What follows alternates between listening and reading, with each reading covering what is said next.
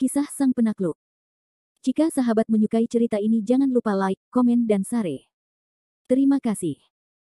Bab 356-358 Pembunuhan di Malam Hari, bagian I. Rumah baru Kevin Ye, yang seharusnya sangat sepi, kini ramai dengan kebisingan dan kegembiraan. Dan mereka yang datang semuanya adalah orang-orang dari Lin Hai. Namun, saat langit mulai gelap, Fang Hanshan, Ouyang Changfeng, dan orang-orang tua lainnya juga mengucapkan selamat tinggal kepada Kevin Ye dan pergi dengan tergesa-gesa. Hanya Kevin Ye, Howard Zhang, Michael Liu, dan Mona Liu yang tersisa di villa. Di dalam ruang tamu yang luas, Kevin Ye dan Mona Liu duduk saling berhadapan, memegang secangkir kopi di tangan mereka. Begitu saja, keempat mata mereka bertemu, dan cahaya redup itu dipenuhi dengan makna yang ambigu. Sepasang mata yang indah berputar-putar. Mona Liu sedang menilai villa Kevin Ye saat dia berkata dengan penuh arti dengan wajah memerah, "Kevin Ye, seleramu benar-benar bagus. Aku sangat menyukai cara villa ini didekorasi." Kevin Ye tertawa dan bercanda, "Ming Mei, jika kamu suka, kamu bisa datang dan tinggal bersamaku. Aku masih punya banyak kamar kosong di lantai atas." Mona Liu tergerak, tetapi dia tidak menyangka undangan Kevin Ye begitu berani dan langsung. Mona Liu menundukkan kepalanya dan tertawa pelan. Dia perlahan berdiri dari sofa dan berjalan di depan Kevin Ye. Tanpa bersikap sopan, dia langsung duduk di sebelah Kevin Ye dan menggoda, "Bolehkah aku datang ke sini? Apakah tidak nyaman? Jika tunanganmu salah paham, itu tidak baik." Pasangan ini saat ini saling berpelukan erat, dan Mona Liu bahkan dengan berani bersandar di dada Kevin Ye. Melihat penampilannya, bagaimana mungkin dia takut akan kesalahpahaman? Dia seharusnya takut tidak akan ada kesalahpahaman. Apa gunanya? Kesalahpahaman hanyalah sebuah penjelasan, bukan? Kevin Ye berkata dengan senyum yang sangat menawan. Mona Liu hanya meliriknya sekali, tetapi itu telah terbenam dalam tubuhnya. Wajah cantiknya itu mulai bergerak tanpa sadar ke arah Kevin Ye. Seolah-olah Mona Liu tidak memiliki cara untuk menolak pemuda ini yang seusia dengan kakaknya. Menghadapi Mona Liu, wajah Kevin Ye juga mulai bergerak mendekatinya. Villa, kopi, keindahan, cahaya redup, semuanya tampak seperti waktu dan tempat untuk menggoda. Namun, tepat saat Mona Liu dan Kevin Ye hendak saling memandang dengan bibir mereka bersentuhan, mereka mendengar suara Howard Zhang dan Michael Liu datang dari lantai atas. aku kaya, kali ini aku kaya. Kakak ipar, cepatlah ke sini dan lihatlah." Tak lama kemudian, suara langkah kaki terdengar. Di lantai bawah, Kevin Ye dan Mona Liu tidak bisa menahan diri untuk tidak terkejut. Adegan ini secara kebetulan dilihat oleh Howard Zhang dan Michael Liu yang berada di lantai bawah. Howard Zhang menjulurkan lidahnya ke arah Michael Liu, seolah berkata, "Kau dalam masalah, kau melihat sesuatu yang seharusnya tidak kau lihat." Namun, Michael Liu berkulit tebal, dan memiliki wajah yang acuh tak acuh. Ia bahkan menggoda, "Ini, kakak perempuan, kakak ipar, kalian terus saja, aku tidak melihat apa-apa, aku benar-benar tidak melihat apa-apa." Saat ia mengatakan itu, Michael Liu terus mundur, tetapi, persinahannya, telah hancur, sementara Mona Liu marah, dan berkata kepada Michael Liu, "Kemarilah." Michael Liu terkejut, meskipun ia tidak mau, ia tetap berlari di depan mereka berdua. Pada saat itu, meskipun tujuan besar Kevin Ye dan Kevin Ye telah hilang, Mona Liu masih bersandar di dada Kevin Ye seperti seekor burung kecil, seolah-olah tidak peduli dengan tatapan saudaranya sama sekali. Michael Liu hanya bisa terkikik, dan tertawa bodoh 2 kali, sebelum tetap diam, menunggu untuk dikritik. Mona Liu menarik napas dalam-dalam, lalu perlahan meninggalkan dada Kevin Ye. Dia membuka mulutnya lebar-lebar, tetapi tidak tahu harus berkata apa, karena dia tidak bisa menegur Michael Liu karena tidak keluar lebih awal atau terlambat, dan karena keluar pada waktu seperti itu untuk mengganggunya. Tetapi hanya karena Mona Liu tidak mengatakan apa-apa, itu tidak berarti Kevin Ye tidak mengatakan apa-apa. Kevin Ye melotot ke arah Michael Liu dan berkata dengan tidak senang, "Liu tua, sudah berapa kali aku mengatakan ini padamu?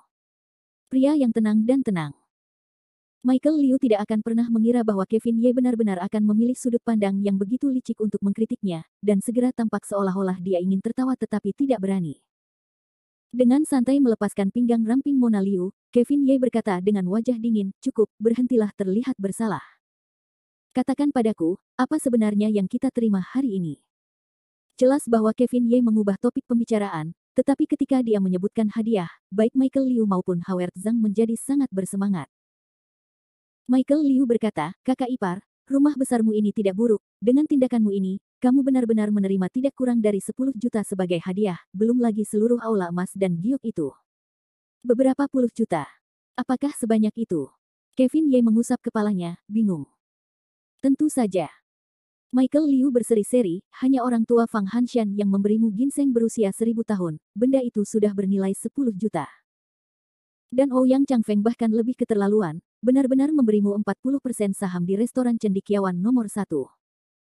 Juga, ada Marisa Chu, anakku yang penurut, itu bahkan lebih luar biasa, dia langsung mengirimnya ke kilang anggur di Jiangnan. Semua hal ini jika digabungkan akan sebanding dengan harga villa ini. Bahkan mungkin lebih baik dari itu. Mendengar perkataan Michael Liu, Kevin Ye merasa bingung dan berpikir, aku baru bertemu dengan orang-orang tua ini sekali, mereka terlalu sopan. Kevin Ye hanya merasa bingung, tetapi wajah Mona Liu penuh dengan ketidaksenangan. Mona Liu tidak senang karena dia pikir Lamborghini yang dia berikan padanya adalah yang termurah dari semua hadiah ini. Dia cemberut dan merajuk pada dirinya sendiri, jika aku tahu ini akan terjadi, aku akan memberimu sesuatu yang lebih berharga. Mona Liu saat ini duduk tepat di samping Kevin Ye, bagaimana mungkin Kevin Ye tidak merasakan ketidaksenangannya. Mengenai hal ini, Kevin Ye hanya bisa mendengus, orang-orang ini semua tidak berguna. Ginseng berusia 1000 tahun, apa gunanya benda ini? Daripada Lamborghini yang cemerlang. Jelas bahwa Kevin Ye mengucapkan kata-kata ini untuk didengar Mona Liu. Meskipun dia tahu bahwa Kevin Ye sengaja mengucapkan kata-kata ini untuk membuatnya bahagia, Mona Liu segera berseri-seri dengan gembira. Howard Zhang, yang sedang menonton dari samping, menatap dengan mata terbelalak, dan segera mengacungkan ibu jarinya yang besar ke arah Kevin Ye, sambil berpikir, kakakku Ye luar biasa, sangat luar biasa. Itu juga di kota langit, tepat di sebelah villa Kevin Ye. Di dalam halaman luar, Markus Ye berdiri dengan kedua tangan di belakang punggungnya, dan terus memandangi villa Kevin Ye. Aku terus merasa bahwa sesuatu telah terjadi di villa itu tadi malam, dan sekarang, villa itu tampaknya telah diselimuti sesuatu, sehingga orang-orang sulit melihatnya dengan jelas. Kepala sekolah superior, aku juga merasa ada yang salah dengan villa itu. Namun, aku tidak tahu di mana letak kesalahannya. Yun Fei yang berdiri di belakang Markus Ye, dan meskipun pikirannya kosong, dia masih tidak dapat mengetahui apa yang salah dengan villa Kevin Ye. Meng Meng, yang berada di sisi lain, benar-benar tidak dapat berkata-kata. Aku tidak begitu menyukainya, villa itu hampir sama persis dengan villa kita, tidak ada perbedaan sama sekali. Markus Ye berpikir sejenak, lalu melambaikan tangannya, lupakan saja, mungkin aku terlalu memikirkannya. Setelah jeda, Markus Ye terus bertanya sambil tersenyum, kalian berdua pergi ke sisi lain hari ini, dan melihat bocah nakal itu. Bagaimana perasaanmu? Yun Fei yang langsung tertawa riang, melaporkan kepada kepala sekolah superior, aku merasa bahwa Tuan Muda benar-benar naga dan burung phoenix di antara manusia. Aku dapat menjamin bahwa masa depan Tuan Muda tidak terbatas. Mengenai kata-kata Yun Fei Yang, Markus Ye hanya tersenyum dan tidak mengatakan apa-apa. Omong kosong. Meng Meng segera mengambil keputusan dan menatap Yun Fei Yang dengan jijik. Wajahnya yang dingin itu mungkin bisa membekukan banyak orang sampai mati. Yun Fei yang cemberut, menghadapi Meng Meng dia tidak berani membantahnya, dia seperti ayam jantan yang kalah. Meng Meng, apa pendapatmu tentang anak itu? Markus Ye bertanya lagi. Wajah Meng Meng masih sama, tidak terganggu, biasa saja, dia anak yang sangat biasa, bahkan tidak ada sedikit pun jejak seorang pejuang di tubuhnya. Dua orang, dua jenis evaluasi. Ini membuat Markus Ye sedikit bingung. Namun, Markus Ye tahu bahwa putranya jelas bukan orang biasa. Lagi pula, bagaimana mungkin seseorang yang bisa membunuh seorang ranker tahap gajah naga bisa menjadi orang biasa? Mendongak untuk melihat bulan di langit, Markus Ye tertawa sinis, cahaya bulan malam ini benar-benar indah. Sungguh disayangkan, hari ini ditakdirkan menjadi malam pembantaian. Yun Fei yang terkejut, dan terkejut. Meng Meng di sisi lain, tampak bersemangat, seolah-olah dia sudah bisa merasakan mendekatnya pertempuran. Kepala sekolah superior, Anda mengatakan bahwa kelompok Ai Qiming akan memilih untuk mengambil tindakan malam ini. Tanya Yun Fei Yang. Markus Ye memutar lehernya dan tertawa, bukan karena mereka memilih untuk bermalam, tetapi mereka sudah tiba di tengah jalan menuju gunung. Meng Meng buru-buru berkata, kepala sekolah superior, biarkan aku pergi. Aku hanya butuh waktu setengah cangkir teh untuk membuat mereka menghilang dari dunia ini. Markus Ye menjabat tangannya dan berkata, tidak usah terburu-buru, tidak usah terburu-buru. Mari kita lihat bagaimana si kecil akan menghadapi ini terlebih dahulu. Mungkin Ai Qiming dan yang lainnya bisa mengatasinya, maka kita tidak perlu bertarung lagi. Ini, Meng Meng tidak berdaya, dia semakin tidak dapat memahami kepala sekolah superiornya sendiri. Dengan Ai Qiming dan 4 penjaga tingkat surga, mereka benar-benar ganas. Bahkan seniman bela diri terkenal tidak berani meremehkan mereka. Markus Ye benar-benar mengatakan bahwa dia ingin membiarkan seorang anak muda menghadapi semua ini sendirian. Tidak seorang pun dapat mengerti dari mana datangnya kepercayaan diri ini. Markus Ye hanya menyipitkan matanya dan tertawa, dia melihat ke langit dan mendengus, si kecil, kali ini aku benar-benar penasaran, maukah kamu membawakanku keajaiban baru? Bab 357 Pembunuhan di Malam Hari, Bagian I, malam yang gelap gulita itu seperti mata seseorang, hanya saja lebih dalam dan dingin. Awalnya, malam bulan Juni sangat panas, tetapi malam ini sangat berbeda. Angin mulai bertiup dingin. Dalam kegelapan, Kevin Ye dan Mona Liu berkeliaran di sekitar villa, berjalan keluar. Ming Mei, jika kamu suka di sini, mengapa kamu tidak menginap malam ini? Kevin Ye tertawa nakal. Dia tampak sangat ambigu, seolah-olah dia mengundang tempat tidur alih-alih menginap untuk malam ini. Di bawah sinar bulan, wajah Mona Liu memerah. Dia benar-benar ingin menginap, tetapi ibunya sudah menelepon. Selain itu, hubungannya dengan Kevin Ye masih belum sepenuhnya. Tidak baik baginya untuk tiba-tiba menginap di tempat Kevin Ye untuk malam ini. Bagaimanapun, Mona Liu tidak ingin Kevin Ye salah paham bahwa dia adalah gadis yang santai. Mengepalkan bibirnya, Mona Liu memikirkan perjuangan yang harus dia hadapi. Pada akhirnya, dia mengangkat kepalanya dan berkata, lupakan saja, aku akan kembali saja. Melihat Mona Liu bersikeras, Kevin Ye tidak mengatakan apa-apa lagi. Bagaimanapun, dia akan menghabiskan makanannya dalam satu suap, dan gadis itu akan mengejarnya selangkah demi selangkah. Baiklah, aku akan mengantarmu keluar. Kevin Ye tertawa pelan. Mona Liu mengangguk, dan mereka berdua sekali lagi berjalan berdampingan.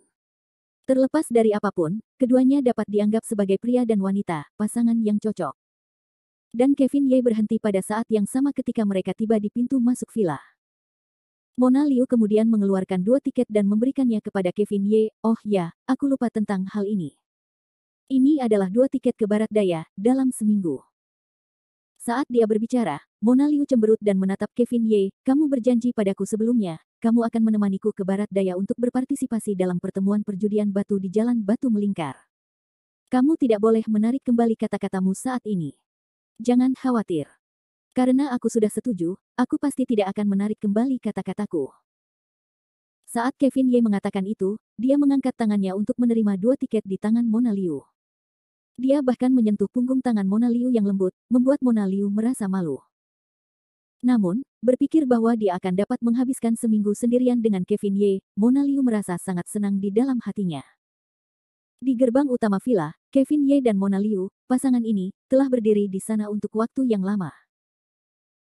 Menundukkan kepalanya, Mona Liu menahannya untuk waktu yang lama sebelum berkata, Kevin Ye, sudah larut malam, aku benar-benar harus kembali.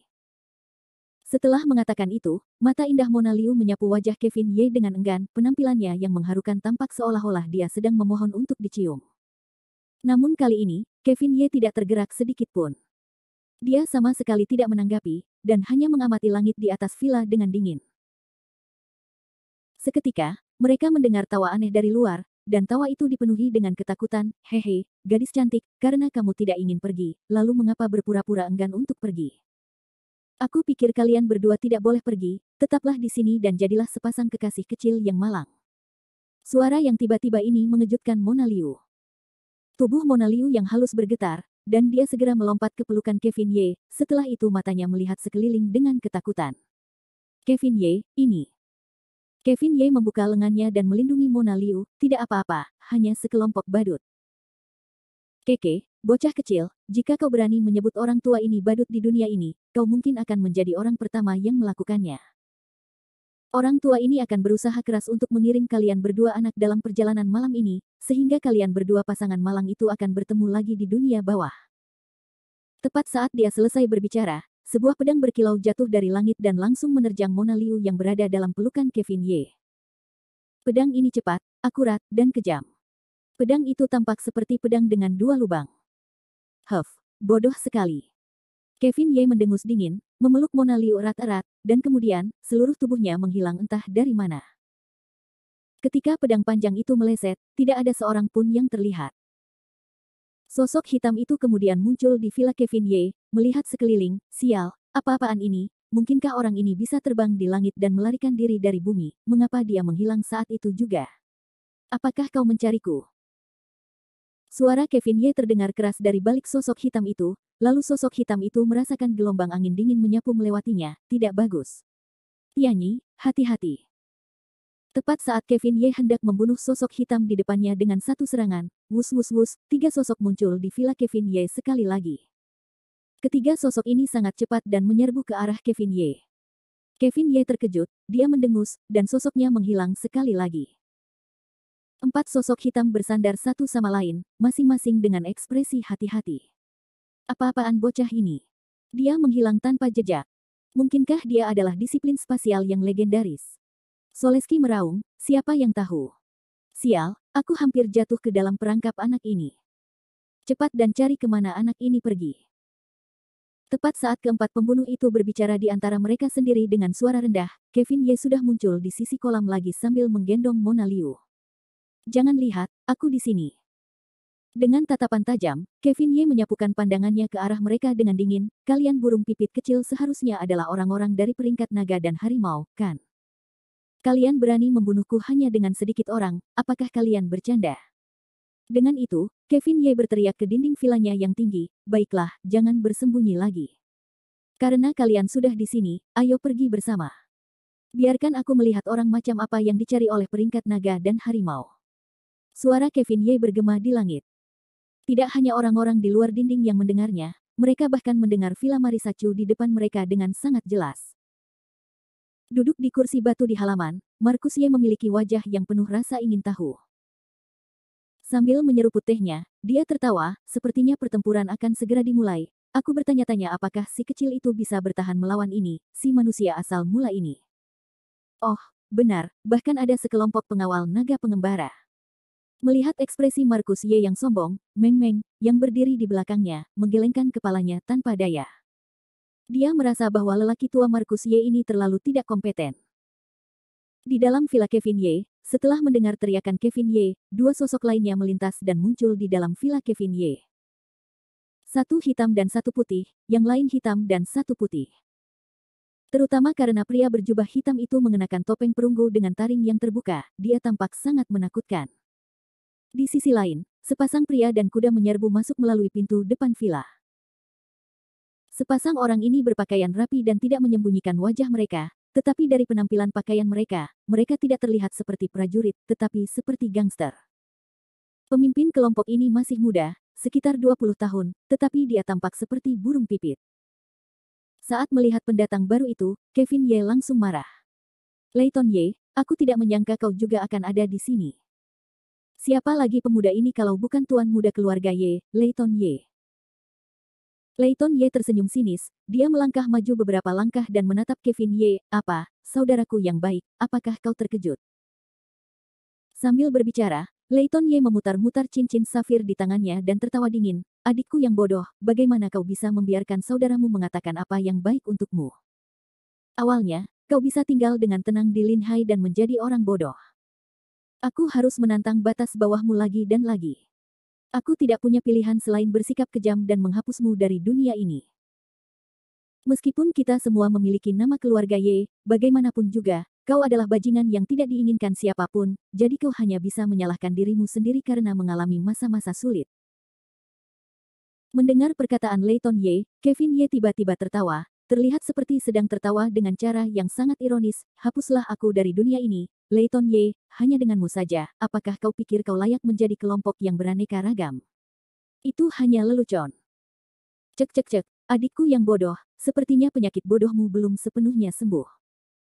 Apakah kau pikir hanya dengan kultivasimu, kau dapat melakukan apa yang kau inginkan di dunia ini?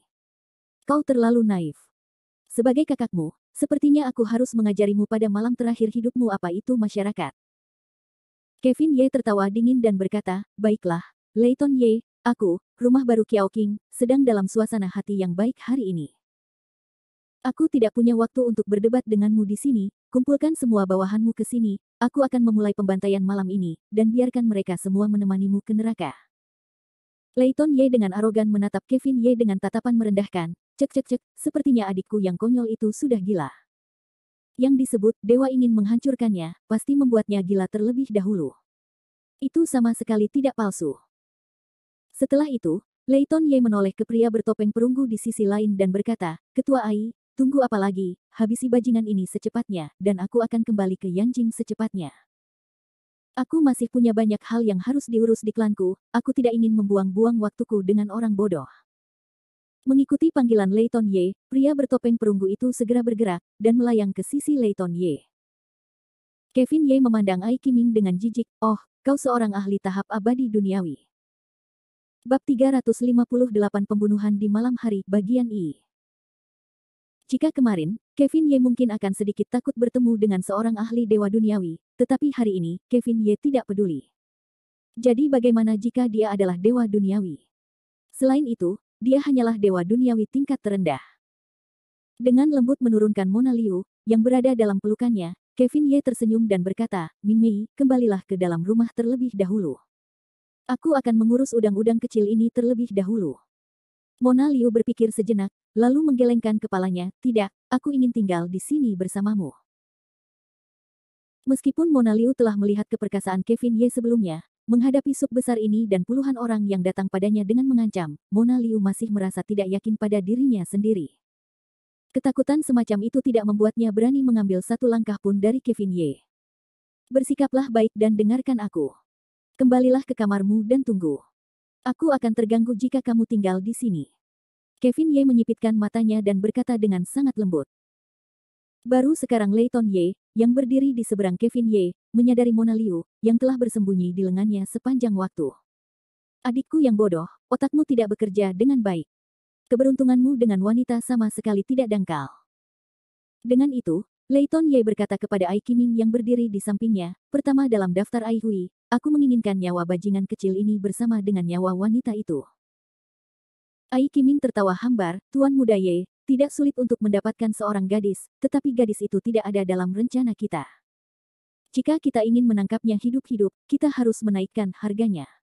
Suara Ai Qiming sangat serak, itu tidak terdengar seperti suaranya sendiri. Leighton Ye berpikir sejenak, lalu mengerutkan kening, 5 juta. Ai Qiming menggelengkan kepalanya, 20 juta. 10 juta, itu intinya. Leighton Ye menekankan. Ai Qiming tertawa, baiklah, setuju. Kevin Ye menatap mereka berdua, yang benar-benar berani menawar harga untuk wanitanya sendiri, dan tertawa dingin. Kalian berdua orang bodoh yang tidak tahu apa-apa, kalian pikir kalian masih punya mood untuk tawar-menawar ketika kematian kalian sudah dekat.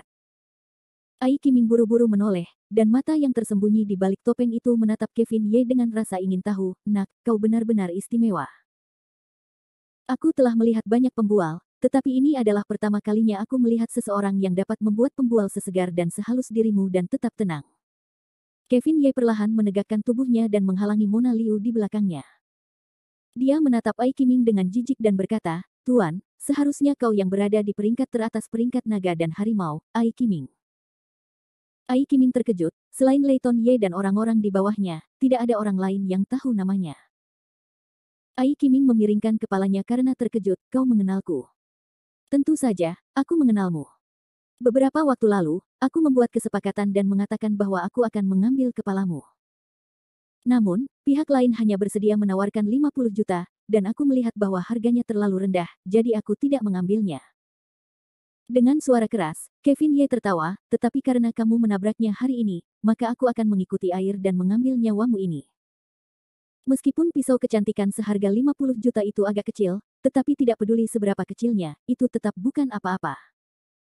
Mendengar kata-kata Kevin Ye, Ai Qiming dan kelompok pembunuh peringkat naga dan harimau di bawah tangannya tidak bisa lagi mempercayai telinga mereka sendiri. Leighton Ye juga linglung sejenak, dan mendesah tak berdaya dalam hatinya, bodoh dan tak kenal takut, benar-benar bodoh dan tak kenal takut. Aku, adik laki-lakiku yang bodoh ini benar-benar ingin membunuh Ai Qiming, itu benar-benar gila.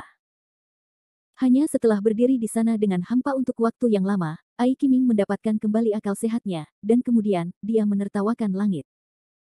Hahaha, hahaha, bocah kecil, kamu tidak hanya tahu cara menyombongkan diri, kamu bahkan dapat membuat lelucon yang bagus.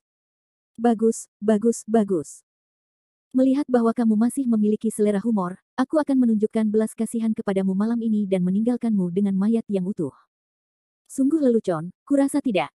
Baiklah, sudah waktunya. Aku tidak punya banyak hal untuk dibicarakan dengan kalian udang kecil. Kalian badut kecil dapat dengan baik menyambut pesta yang telah kutinggalkan untukmu. Aku tidak akan menemanimu lagi. Setelah berbicara, Kevin Ye memiliki senyum misterius di wajahnya. Dia berbalik dan memeluk Mona Liu, dan mereka berdua tiba-tiba menghilang dari tempat semula. Anak nakal yang bau, kamu ingin pergi. Tidak akan semudah itu. Tianyi, yang berusia lebih dari 10 tahun, bergerak. Dia berubah menjadi bayangan hitam dan menyerbu ke dalam villa. Leighton Ye juga mengira Kevin Ye telah melarikan diri, dan melihat ke arah pengawal naga pengembara di sampingnya, dan berkata, Chess, kau tidak bisa membiarkan bocah ini melarikan diri. Dengan itu, para ahli peringkat naga dan harimau dan pengawal naga pengembara bergegas ke villa Kevin Ye. Namun, saat ini, suara Kevin Ye terdengar sekali lagi di langit malam. Suara itu membawa ejekan dan keceriaan, seolah-olah memiliki perasaan kehidupan permainan, kebangkitan surga, menara berat, Gangang, Li Huo, mengguncang setan, aktifkan. Mengikuti omelan mendalam Kevin Ye, seluruh villa mulai berguncang dari dalam keluar. Sekelompok ahli seni bela diri terkejut dan merasakan kaki mereka gemetar. Apa yang terjadi? Apa yang terjadi? Apa yang terjadi?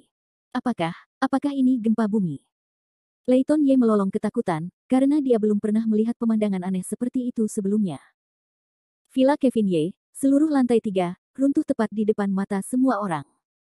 Bahkan tidak ada satu batu pun yang tersisa. Seluruh villa, bangunan seluas 1000 meter persegi, runtuh begitu saja dan menghilang begitu saja.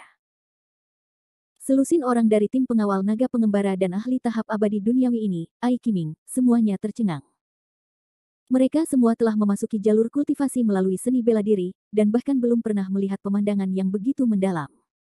Orang-orang kurang lebih takut pada hal-hal yang tidak diketahui. Tanah bergetar dan berguncang tanpa henti. Bahkan jika seseorang adalah seorang seniman bela diri, apa yang dapat mereka lakukan terhadap kekuatan semacam ini yang seperti gunung runtuh dan bumi retak? Kevin Ye saat ini tidak pergi, tetapi diam-diam tinggal di vilanya sendiri. Di gedung olahraga di lantai 3, Kevin Ye yang memiliki ekspresi santai sedang melihat ke bawah melalui jendela besar. Di samping Kevin Ye, Mona Liu memiliki wajah yang penuh ketakutan dan kebingungan. Jangankan Mona Liu, bahkan Howard Zhang dan Howard Zhang tidak tahu apa yang sedang terjadi.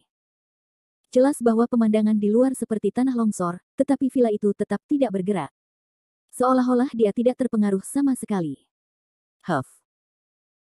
Melihat semut-semut berputar-putar seperti segerombolan semut di bawah, Kevin Ye mendengus, arai konvergensi roh pembalikan 5 elemen yin yang, tunggangi pengumpulan roh, pembunuhan utama terbalik, begitu kamu memasuki formasiku, jika kamu masih ingin pergi, kamu bisa melupakan untuk pergi. Setelah mengatakan itu, Howard Zhang dan Michael Liu melihat Kevin Ye melambaikan tangannya, pegunungan, turun. Setelah itu, puncak gunung raksasa tiba-tiba muncul di langit di luar jendela. Saat batu-batu berjatuhan, puncak gunung itu menghantam lurus ke arah Ai Qiming yang berada di bawah. Ai Qiming terkejut, dia segera berbalik dan melarikan diri. Namun, puncak gunung raksasa itu masih hancur dengan keras. Para pengawal pembunuh tingkat surga di luar semuanya berada di puncak gajah naga dan sangat lincah. Mereka dapat dengan cepat menghindari serangan itu. Hanya saja Leighton Ye tidak bisa melakukannya. Dalam kekacauan itu, Leighton Ye tidak tahu apa yang telah terjadi, dan tidak mengerti apa yang sebenarnya terjadi pada saat itu. Melihat kepala gunung raksasa itu menghantam ke arahnya, Leighton Ye sudah ketakutan sampai ke tulang. Tuan Muda Lei, hati-hati. Dua pengawal naga pengembara segera bergegas maju dan mendorong Leighton Ye menjauh. Namun, dua pengawal naga pengembara yang setia ini hancur menjadi pasta daging di bawah pegunungan. Puncak gunung yang besar itu menghilang dalam sekejap, tetapi tidak ada kesempatan bagi pengawal naga pengembara yang mati untuk bertahan hidup. Begitu saja, mereka menjadi segumpal daging di tanah. Sialan. Kakak ipar, kekuatan macam apa ini? Sebenarnya sekuat ini. Lidah Michael Liu mulai bergetar saat berbicara. Howard Zhang juga membuka mulutnya, ini terlalu berdarah, ini terlalu berdarah. Bahkan Mona Liu pun ketakutan. Dia menatap pemuda yang mengejutkan dunia di depannya dengan sedikit kegembiraan di matanya. Kevin Ye benar-benar memiliki kemampuan untuk memindahkan gunung dan memenuhi lautan. Namun, Kevin Ye saat ini tidak mampu lagi peduli dengan semua ini. Membunuh dua Wandering Dragon Guard tidak akan cukup untuk meredakan amarah di hati Kevin Ye. Lei Ton-Ye terus menantang batasnya, dan kali ini dia bahkan lebih keterlaluan. Dia langsung menyerang rumahnya sendiri, dan bahkan jika dia seorang abadi, Kevin Ye tetap akan marah. Sekelompok orang di bawah jelas terkejut oleh pemandangan gunung yang jatuh dari langit. Saat mereka mundur, mereka mengangkat kepala untuk melihat ke langit.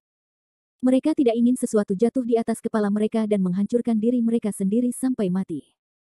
Lari. Aku akan lihat kemana kau bisa lari. Api dari barat, bangkit. Kata Kevin Ye sambil mengangkat tangannya. Seketika, teriakan terdengar di langit. Semua orang tiba-tiba mengangkat kepala untuk melihat langit barat. Seberkas cahaya api melesat ke langit. Kemudian, mereka melihat seekor burung aneh berbentuk sayap dan diselimuti api terbang ke arah mereka.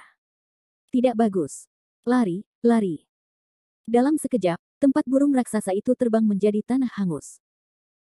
Saat burung merah menyala aneh itu menyapu melewati sekelompok orang, banyak pengawal naga pengembara mulai terbakar saat ia meratap ketakutan.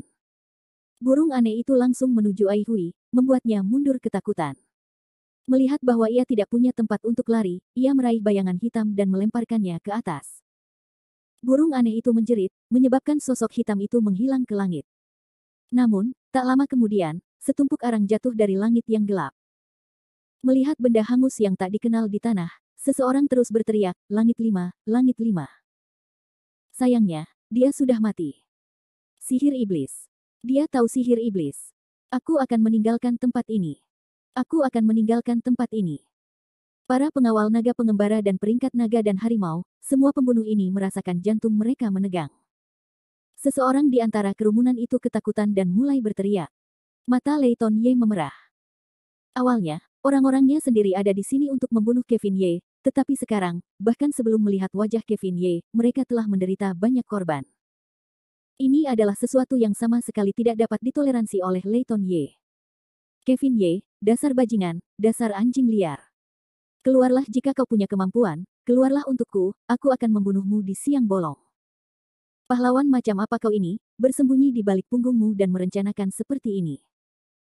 Berdiri di atas villa, Kevin Ye menatap Lei Ton-Ye yang gila di bawah dan menggelengkan kepalanya tak berdaya, bodoh, bodoh. Setelah itu, Kevin Ye melambaikan tangannya. Di bawah atap villa, hujan anak panah tiba-tiba meledak, melesat lurus ke arah Lei Ton-Ye. Lei Ton-Ye langsung ketakutan, dan tidak tahu harus berbuat apa. Hati-hati, Tuan Muda.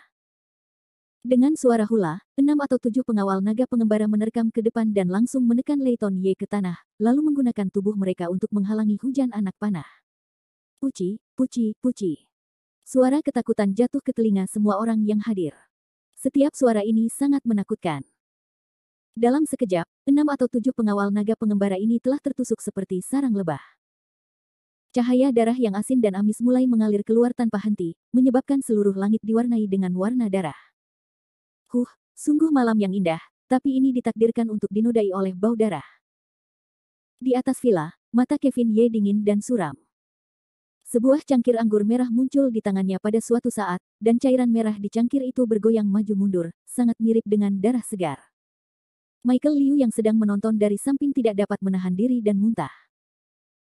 Pada saat ini, Kevin Ye seperti dewa iblis, membantai jalannya melalui jantung, dia menyesap anggur merah di tangannya, dan tertawa jahat, Liu tua, kamu harus perlahan-lahan terbiasa dengannya. Di dunia ini, sebenarnya sekejam ini. Jika kamu tidak membunuh seseorang, kamu hanya menunggu untuk dibunuh. Tidak ada pilihan ketiga.